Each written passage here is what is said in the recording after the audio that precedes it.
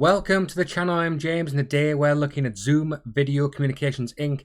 Ticker symbol ZM. They have just released their earnings for the first quarter of 2022, and as you can see, the market is loving it, up 20% and rising from $90 a share to $106 a share. So the market has reacted very favorably to these earnings. What we're going to be doing today is going through these numbers, going through their first quarter earnings, and then looking at my discounted free cash flow model and the Buffett-Graham intrinsic value model to see if this stock is a buy based on these numbers.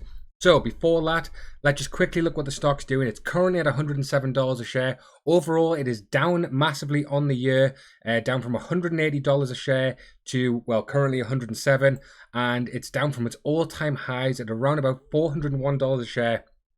So it's had a massive drop off since then, down, well, it's actually a bit more than that. It's down about 75%. But if we go to the 5-year chart here, it is well above what it was pre the massive spike in the 2020 crash. But obviously it wasn't a crash for these types of stocks. So let's have a look here. But first, can you give it a like on the video? It really helps me out. And subscribe if you're not. Let's go into it. We're going to touch on the highlight points here. First quarter total revenue is $1 billion, up 12% year over year. First quarter GAAP operating margin of 17.4% and non-GAAP operating margin of 37.2%.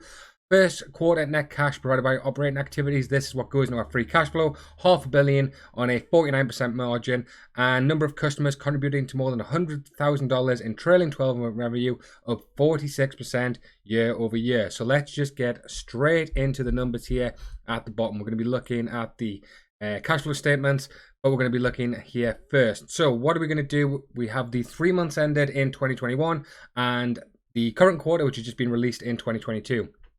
Firstly, we're looking at revenue. Is revenue growing? Yes, it is. It's gone from 956 million, as you can see here in the quarter, to over $1 billion, $1,073 million. So that is up quite a good amount there. And what we will compare this to is the Yahoo Finance numbers. So Yahoo Finance hasn't updated yet.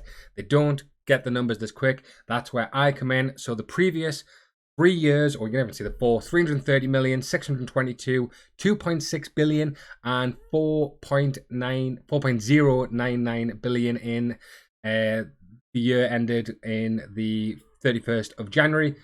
Is revenue up for the year in total? Yes, it is. With this updated quarter, it is now 4.2 billion. So revenue is increasing and still increasing. So that is excellent to see that revenue is up.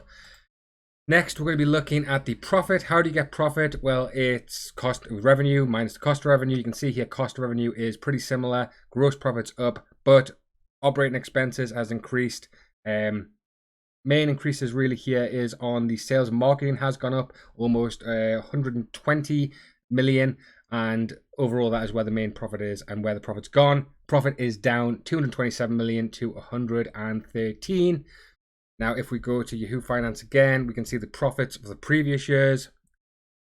7.5 million, 21.7, 671, 1.3 billion in the last year. So what does that give for the trailing 12 months if we add this in? It's a slight decrease, 1.261 billion, but still much better than it was in 2021 on that year. So revenue is up. Profit is down slightly, but they're still a very profitable company and much better than they were in the previous years. So that is excellent to see once again. And let's see what the market's still reacting. About the same, still 18%. A little bit of a dip there, but still overall market pretty happy. So what does that mean for the net income, earnings per share? 77 cents down to 138.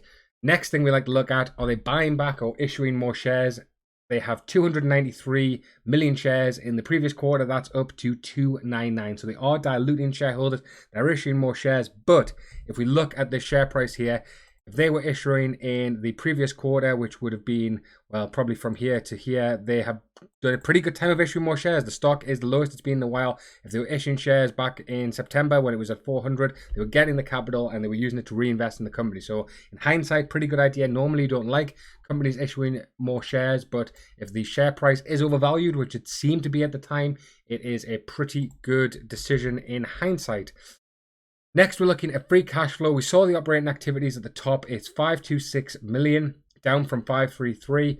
How do we get the free cash flow though? Net cap from operating activities minus capex, which is properties of purchases and equipment, and we can see capex is down massively, 80 million, sorry, that wouldn't be down massively at all, 80 million down to 25. So what does that mean for free cash flow on the quarter? Well, around about half a billion, half a billion and slightly more because it's 26. So if we go to the cash flow statements for the last year's, 20 million, 133, 1.3 billion, 1.4 billion. With the latest quarter is up again, 1.5 billion. So free cash flow is increasing. Once again, excellent to see. This is going to come in pretty important when we look at my discounted free cash flow model. And in fact, we're doing that right now. So I've calculated the future free cash flows. You can see this is decreasing cash flow in 2023 and 2024, not getting 2022 until after then. So this is using averages. You'll see the calculations I'm looking at in a bit. But what does this give for the stock price? Well, you can see that gives the stock price at $164 a share, which is an 84% discount. That is with the actual stock price at 90. Obviously, we don't get the numbers coming through because this is on Google's API and the after hours don't come through. So it's actually a slight not as massive of an increase, but still $60 a share increase. So let's have a look at these numbers here. You can see I've used 120%, which seems to be the ratios that are more recent. I've ignored these ones. Revenue is slowing, but analysts are thinking it's still got massive revenue growth of about 7-11%, and the net income margins are increasing. So let's change these numbers up a little bit. Let's take the average of these two. So that will give you about 31 because they have the net income margins. That will give you a massive price, but I think the revenue slowing is a bit fairer. Let's just say it's 12%. That would still give, actually, there you go. See, so this is with slower revenue, but the free cash flow is increasing. It's still about fairly valued. I'd say those numbers, if they can keep increasing the free cash flow, is a bit more of a fair number. And you also, before, because I accidentally included, what's the Buffer Graham intrinsic value model saying? Buy as well, $150 a share, and very, very close to the discounted free cash flow model. So surprisingly, both of these models are saying it is a buy based off the earnings. Now, I know it's been getting a lot of grief because it's been down since, from a set highs of around 400. It's one of Cathie Wood's largest holdings, second largest, in fact, 660 million.